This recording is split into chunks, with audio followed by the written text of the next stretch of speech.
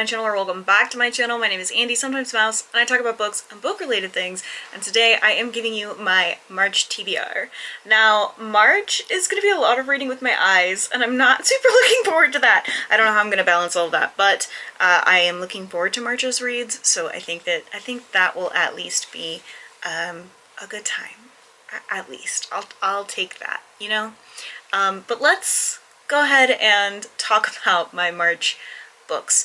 For series continuations, if you're new here, I split my books up into things I am reading for a series, and I tend to not read the description if it is like the 18th billionth book in a series, but if I am rereading the series, then I will tell you about the first book. And a lot of the time I reread the series so that I can remember what's going on, again, unless there are a billion books or if it is something I've been consistently reading, so keep that in mind. Alright, first up, we've got Iron Widow by Ziran J. Zhao. This is a book I've been waiting on the sequel for a really long time.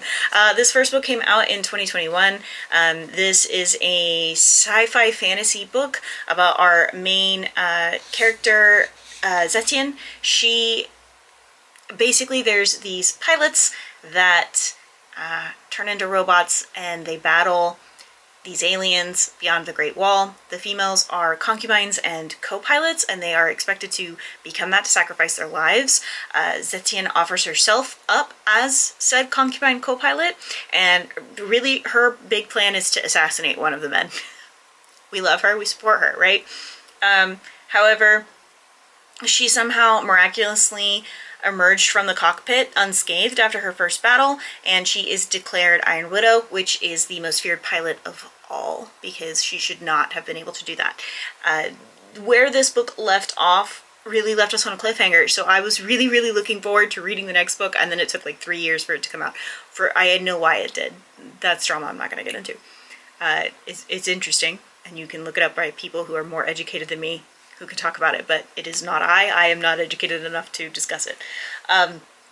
It's really interesting though. I really enjoy this author's writing, so I'm excited to read it. I will be reading, obviously, the sequel as well. That's part of why it's on this list.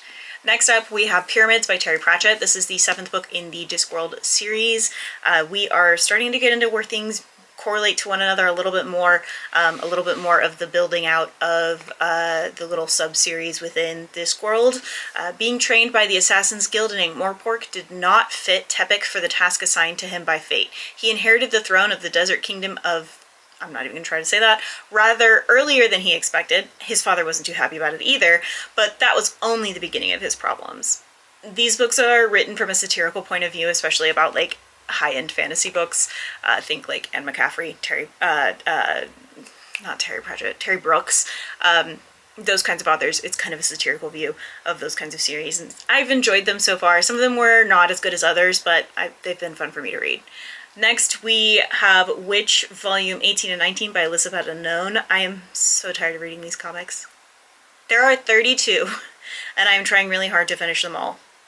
If I finish the books I'm currently reading, if I finish the books that I'm going to be reading for March, then I will probably add on Witch Volumes 20 and 21, just so that I can get ahead. I read 4 of them in February, and so maybe I can read 4 of them in March, because there's so many, and for why? For why? It's the same story. And I know, you're probably thinking, Andy, why are you still reading them? I, at this point, am in so deep, I'm over halfway through, that, like, unless they do something egregious other than just being repetitive middle grade comics, I'm not going to DNF them. I'm committed at this point. I've committed to the bit. Next up, on the last part of my series continuations, I will be reading the Sunbearer Trials duology by Aidan Thomas. I actually got to see Aidan Thomas speak in November of 2024, so that was kind of cool, and he specifically talked about these books, so that was equally cool. The first book in the duology is called the Sunbearer Trials. This follows Teo, who, as each new decade begins, the sun's power must be replenished so that Sol can keep traveling along the sky and keep the evil obsidian gods at bay. These semidioses, which are like semi-gods, are between the ages of 13 and 18. They're selected by Sol himself, and they have to compete in the trials. The winner carries the light and life to all the temples, but the loser has the greatest honor of all. They'll be sacrificed to Sol, their body used to refuel the sunstones that will protect the people for the next 10 years. Teo's never worried about this because he doesn't think he's like primed for being picked. However, he's been worried about others. His best friend is one of the strongest heroes of their generation and very likely to be chosen. And then his friend turned rival, Aurelio, is also really likely to be selected. And while he would love for Aurelio to be knocked down a peg or two, he really would not love for him to die. However, Sol chose Teo specifically, and also a 13-year-old child that is the god of bad luck. They have to compete in 5 mysterious trials against opponents who are both more powerful and better trained than both of them for fame, glory, and their own survival. I think I felt so-so about the first book, so I'm not totally sure, you know, is the second book going to be better? I don't know. I really enjoyed Cemetery Boys by Aidan Thomas, so I'm hoping that this duology kind of redeems itself, maybe? Now moving on to the rest of my books that I'm going to be reading this month. For the classic that I will be reading this month, because I am trying to read one classic book every other month this year, I'm going to be reading 1984 by George Orwell. If you'll remember, in January I read Animal Farm, and I really, really enjoyed it, and so I'm excited to read 1984. I did have to read 1984 in school. It basically follows this man who works for the man in censoring historical information, if I remember correctly. He censors data, and he kind of decides to pursue a forbidden love affair and just kind of starts to rebel against the structure and the censored system. I think that it's going to feel a little bit too dark for what's currently going on in the world, but I think it's a necessary read and a fun read. So, not fun, but like, it'll be an interesting read, especially considering how long ago this was written and how we have not prevented this from happening at all. Cool. Moving on to my, I actually have 2 nonfiction books this month, because I try to read at least 1 nonfiction every single month, which I'm very proud of that goal, by the way, because I've been consistently doing it since last year. I'll be reading a book about kudzu. I grew up in Georgia. If you don't know, I grew up in Georgia. I now live in Texas, but where I grew up, everything is covered in kudzu, which is this terrifying vine that I knew mixed things about, and there's like a tricky relationship in the South about kudzu. But there is a nonfiction book called Devoured, The Extraordinary Story of Kudzu by Aurelia Horn Mueller. It detangles the complicated story of the South's fickle relationship with kudzu, like I was saying, chronicles the ways the boundless weed has evolved over centuries, and dissecting what climate change could mean for its future across the United States. It used to be encouraged to be planted and that kind of thing as well, so it's really interesting that it is now classified as a weed when before people were getting paid to plant it. So I'm excited to read it. I think it'll be really interesting. Next up, we have this book, which I purchased around Christmas time last year, called Lovers of Unreason, Asa Weevil and Sylvia Plath's rival and Ted Hughes' doomed love. This is by Yehuda Koren and Eilert Negev. I might be saying this incorrectly. This book, so Sylvia Plath is an author that I have kind of, as most girls who had a sad Tumblr girl era, probably. I've been interested in Sylvia Plath for quite some time. I usually end up reading The Bell Jar at least once a year. It has its problems. Nobody come for me. I know it has its problems. However, I find it interesting, the relationship with Asa Weevil after Plath's death. I'm not going to get into the details of that because it's very gruesome and terrible, but you can look into it. And I also hate Ted Hughes. So I'm hoping that this book sheds some light on the other woman, because I feel like you don't get a lot of stories about her, and I'm curious to see what this says about her and about that relationship, the dynamic, and the falling apart of it as a whole. I did get this used, so that's kind of cool. I got it from a really nice little shop near me, so I'm glad for it. Next up, we have a book that's been on my TBR for a really long time, and that's going to be Everything I Thought I Knew by Shannon Takoika. 17-year-old Chloe had a plan: work hard, get good grades, and attend a top-tier college. But she collapses during a cross-country practice and is told that she needs a new heart. 8 months after her transplant, everything is different. She is stuck in summer school with all the underachievers, and all she wants to do is grab her surfboard and hit the waves, which is strange because she did not care about surfing before her transplant. And it does not help that her surfing instructor is very good looking. That's not all that's strange. There's also this vivid recurring nightmare about crashing a motorcycle in a tunnel and memories of people and places that she doesn't recognize. As she searches for answers and her attraction to Kai intensifies, the teacher, What she learns will lead her to question everything she thought she knew about life, death, love, identity, and the true nature of reality. This is a contemporary, if I remember correctly, so I have low expectations because I know that I don't like contemporaries, so here we are. Next up, we have All This Time by Mickey Daughtry, another book that was on my list for a very long time.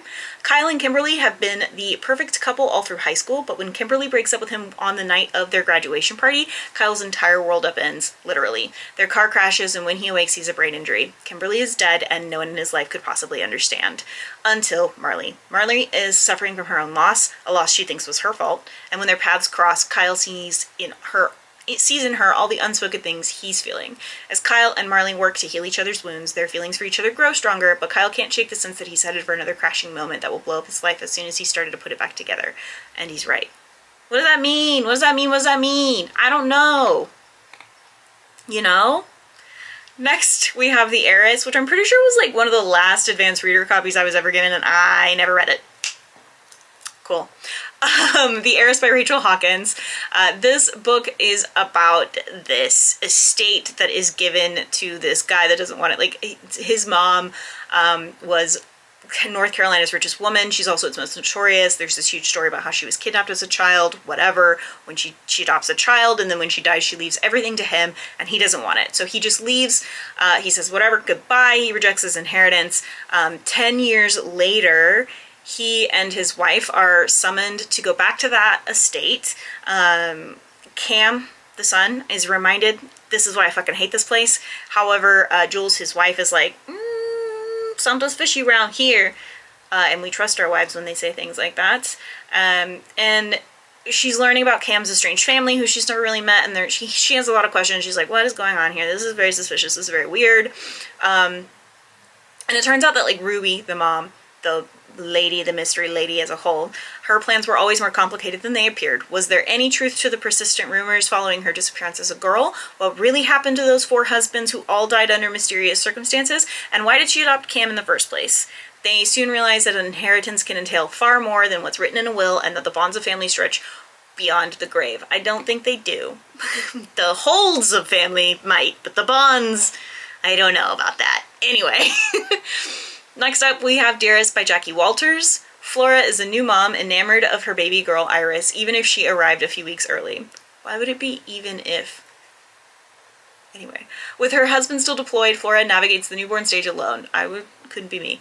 But as the sleepless nights pass and the loneliness of their half-empty home, the edges of her reality begins to blur. Just as Flora becomes convinced she's losing her mind, a surprising guest shows up.